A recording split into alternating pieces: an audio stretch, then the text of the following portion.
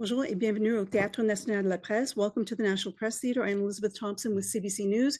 With us today, we have Public Safety Minister David McGuinty, Foreign Affairs Minister, le Ministre des Affaires étrangères, Mélanie Joly, and Immigration Minister Marc Miller, who will be speaking with us about the announcements that we've been hearing in Washington. Ministers. Yes, okay, so Mark, David and I are concluding our trip to Washington.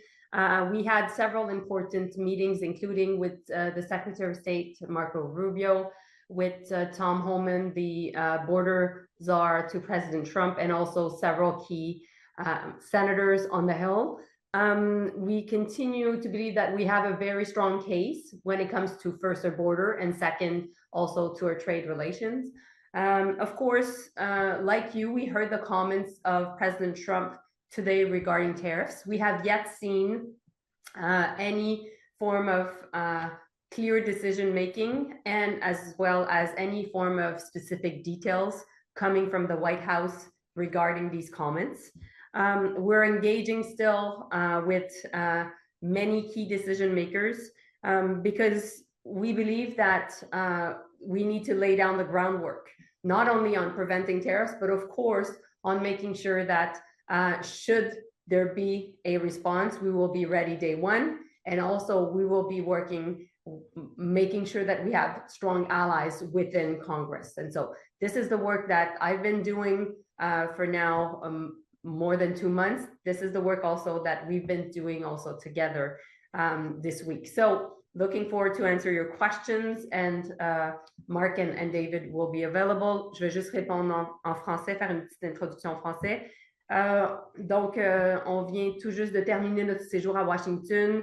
Nous avons plusieurs rencontres importantes, notamment avec le secrétaire d'État américain Marco Rubio, avec également le czar de Trump pour la frontière, donc Tom Homan, et également des sénateurs clés. On continue de croire que nous avons de très bons arguments au niveau de la frontière et également au niveau de notre relation commerciale. Comme vous, nous avons entendu les différents commentaires du président Trump concernant les tarifs, et à ce jour, nous n'avons toujours aucune information, aucune décision formelle qui aurait été prise par la Maison-Blanche avec aucun détail spécifique au niveau des tarifs. Nos discussions se poursuivent, mais les Canadiens doivent savoir que nous serons prêts dès le jour 1, et entre-temps, nous faisons tout le travail de terrain nécessaire au sein du Congrès pour bâtir des relations fortes, des alliés, justement, si jamais il y avait une décision prise par les tarifs par le président Trump. Alors, je suis avec David et Marc et nous sommes prêts à répondre à vos questions. Merci. On passe maintenant aux questions. We're going to the questions now. It'll be one question, one follow-up, and if you do the math, we've got 15 minutes and 25 or 26 people lined up to ask questions. So if both the questions and the answers can be as short as possible. First question, we're going to go to the room, then online. First question in the room is Lisa Mayer from CBC News. Good evening, ministers. Thanks so much for taking the time today. Thank you, Lisa. Hi. Trump said there's nothing Canada can do to prevent the tariffs coming into force. Do you think the $1.3 billion border security package was in vain? You want to answer that, David? The investments we're making in our border takes a strong border and makes it even stronger. The net benefit of this is good for Canadians and good for our American neighbors. We're showing great progress. We've made huge improvements on different fronts, including dealing with migration, dealing with the fentanyl problem. We continue to make progress, and we're very encouraged. Thank you. And my follow-up quickly, the president says this isn't a negotiating tool. Are we now inevitably in a trade war with the U.S.? So first and foremost, like I said, we're still engaging with many of the part of the Trump administration. We're also working our way through Congress, meeting with key Republican senators and also Democrats, and we're making our case, and we have a very strong case. Now, as mentioned many, many times, should there be tariffs, we will be ready, and we will respond, and we will have a strong retaliation plan. Prochaine question, Christian Noël, Radio-Canada. Bonjour à vous trois. le président Trump a dit que le Canada ne pouvait rien faire pour le faire changer d'idée. Qu'est-ce qui vous indique qu'en ce moment, vous n'êtes pas en train de perdre votre temps? Je vais laisser mon collègue en charge de la sécurité publique parler de la frontière parce que je pense qu'il a une très bonne réponse et je pense que les Canadiens sont intéressés. Écoute, c'est jamais un gaspillage de temps d'investir dans nos relations avec les États-Unis, un pays très important pour le Canada. La frontière dans laquelle on investit est forte et on la rend encore plus forte. Donc, on a passé beaucoup de temps ces deux derniers jours à communiquer avec des membres du Sénat, des législateurs et d'autres. Et c'était des sessions très productives.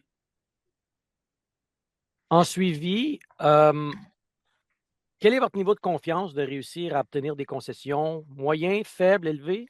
Où vous situez?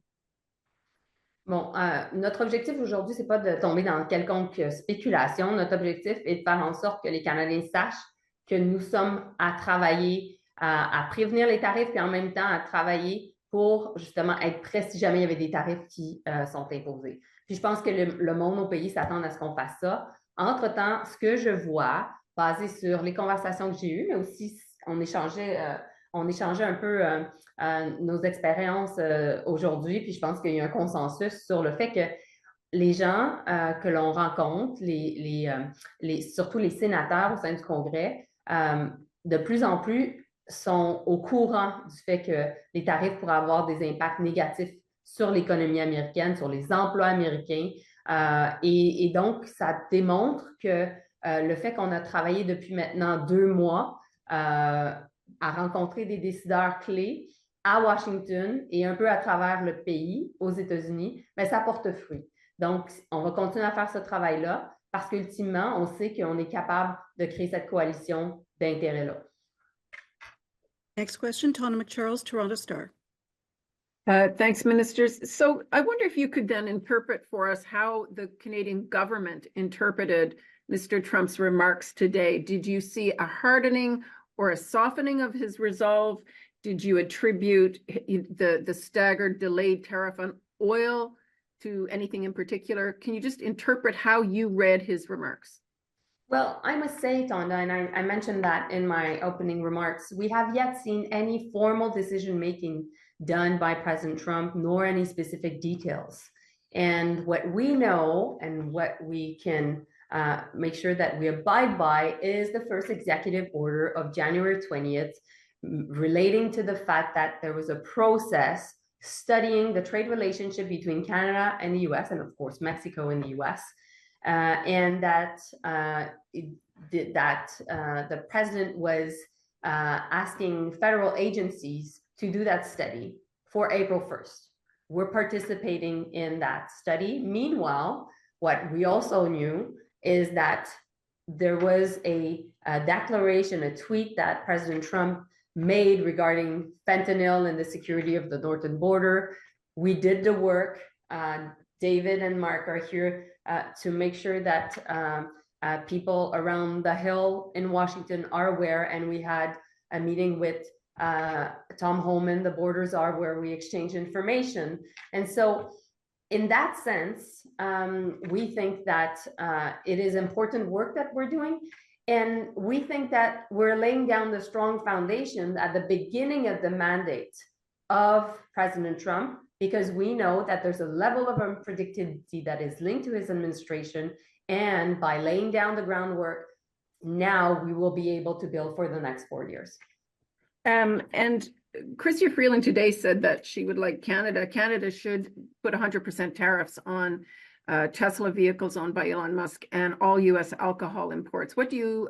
How do you respond to that? Do you think that is a wise move for the government to take in its responses to Trump? Well, of course, Dominic LeBlanc, the Minister of Finance, is working along with us on a response plan. But right now, I won't comment on any declaration made by any candidates in the leadership race. We're focused here on having and developing strong ties with decision makers in Washington and doing the work that will ultimately result in protecting Canadians' interests. Blanchfield, Politico. Yeah, hi, ministers. You've spent a lot of time, invested a lot of time, obviously, in Washington, and then we're all waiting to hear what the president says. You said you've seen no written confirmation of orders. How do you feel about the fact that you have to sit around and watch TV or look at wire services or whatever to find out what's going on? Well, Mike, I must say that we've seen the first administration of President Trump, and so we also went through the renegotiation of NAFTA, and so we have some experience. That is why, as a seasoned Canadian government, we know that we have to look at processes, and we have to make sure that we know exactly what is coming out, apart from the different declarations, but in terms of paperwork, executive orders signed, and that we need to rely on these processes. So that's why we continue to engage with so many people to make our case. And meanwhile, we will be ready day one should the president make his final decision. Do you have any indication of when you're going to see this or what it is you're looking for? Can you say anything about that? Mike, like I said earlier this week, when I was asked a similar question, I'm not in the headspace of President Trump. And that's why we will continue to work with people that work with him. And I think that the reaction towards our border plan, or the reaction regarding just the fact that there is a trade surplus when it comes to goods between Canada and US, if you don't take into account the question of energy. And when we present these arguments, people are reacting extremely positively. Okay. Next question, Stephen Chase, Globe and Mail. Hi, Stephen. Hi, I hope you can hear me. I'm just wondering, does Mr. Trudeau had a chance to talk to Mr. Trump today? Because in the White House press conference, the White House spokesman said that Mr. Trudeau should be talking to Mr. Trump. So I know that they've been in communication. This is a question that you should ask directly to the Prime Minister's office. The information I've had is the White House and the Prime Minister's office have been in contact indeed. You mean today? Including today indeed. And will you announce tomorrow the retaliatory tariffs if this goes ahead, or will there be a 2-week waiting period for consultations? So what I said, and you heard Dominic LeBlanc saying it, and you've heard many of us saying it, the Prime Minister as well. Should there be tariffs imposed, we will be ready day one. And we said also that there would be a first round of measures, a second round of measures, and a third round of measures. And so we will continue to make sure that we have a strong plan, and we'll keep ourselves also some leverage should there be, of course, tariffs imposed. We think that these would be, of course, unjustified tariffs, and that's why, of course, we would have a strong response. In Piper, Global. Hi, ministers. Thanks for taking my questions. To start off, does the government believe that tariffs are 100% coming tomorrow, or is there any possibility we won't see tariffs come in place tomorrow? Jillian, I wish I could answer that question, but the reality is we have yet seen a piece of paper declaring that. And of course, President Trump has made many different declarations, which we take very seriously. And that's why we're working on it and at it. And that's why also David and Marc are here in Washington. And I've been here also for 3 days. But fundamentally, this is a question that you should ask President Trump yourself. I wish I could. And for my follow-up, Minister Miller, I'll direct this one directly to you. Former Foreign Affairs Minister Perrin Beatty says Canada is in a fact-free zone right now dealing with Trump on tariffs. Do you agree with that characterization, that facts are not important right now? Well, look, Jillian, I think the reality of today's meetings are such that Canadians expect us to try. These tariffs could be crippling for our economy. Just as our response will be damaging to the U.S.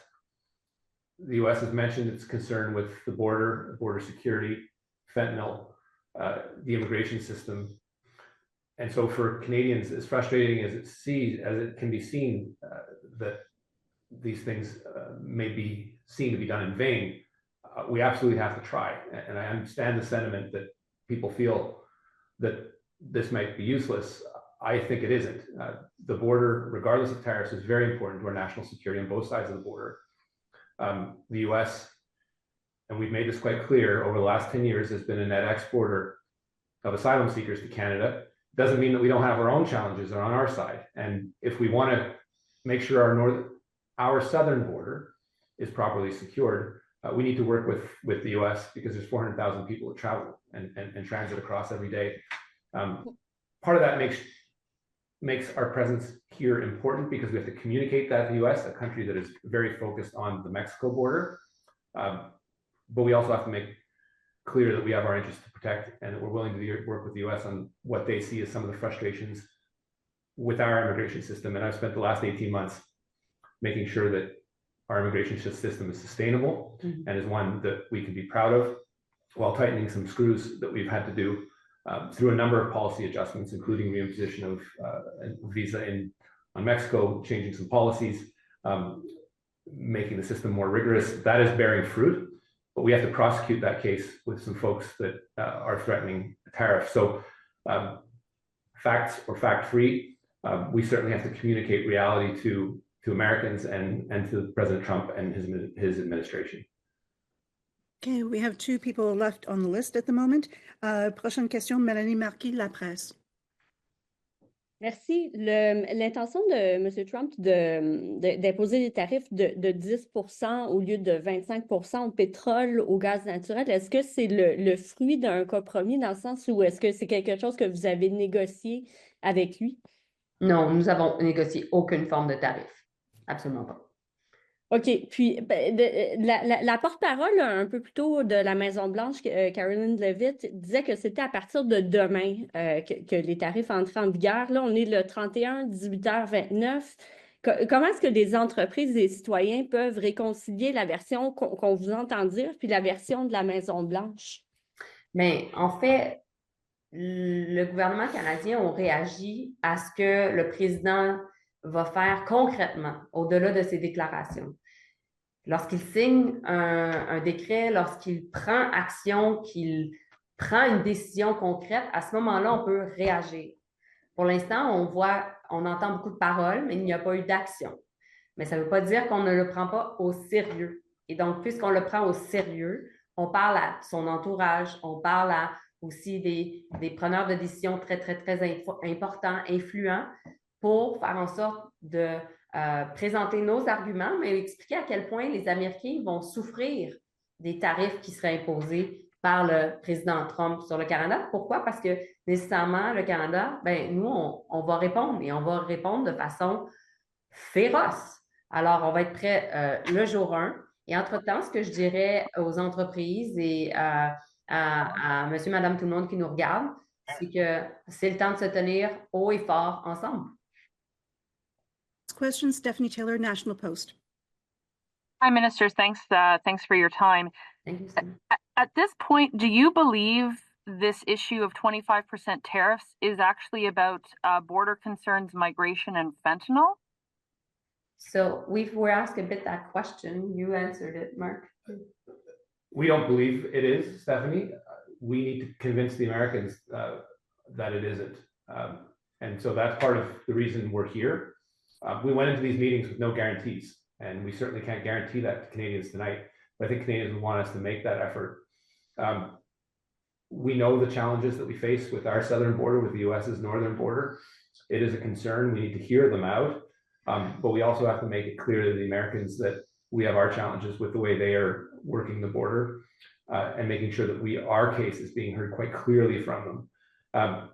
The facts, I believe, do set you free, and the facts that we expose to the Americans today, I think, are important in the discussions that Mr. Trump will be briefed on, notably the reduction of 89% of people moving from the north to the south today. I think that's very important and should register in people's minds, as well as the work that we need to do on a daily basis to make that border secure. I'll leave that security aspect up to David, though, for that part of the answer, Stephanie. Go ahead, Dave. Stephanie, I think that it's important for us to be here simply to share the extensive nature, the details of the plan that we're putting in force and have put in force on the border. And it's interesting talking to different legislators, different actors, as Mélanie was mentioning, Minister Joly was saying, there are different folks we're interfacing with, and they don't know much about what we're doing on the border. And so the more time we spend encouraging them to understand and to bring them up to speed, the more beneficial it's becoming, the more they're saying, oh my gosh, we didn't realize. So these efforts we're making here are very much to sensitize, build relationship, and build a fact-based ground on which to grow.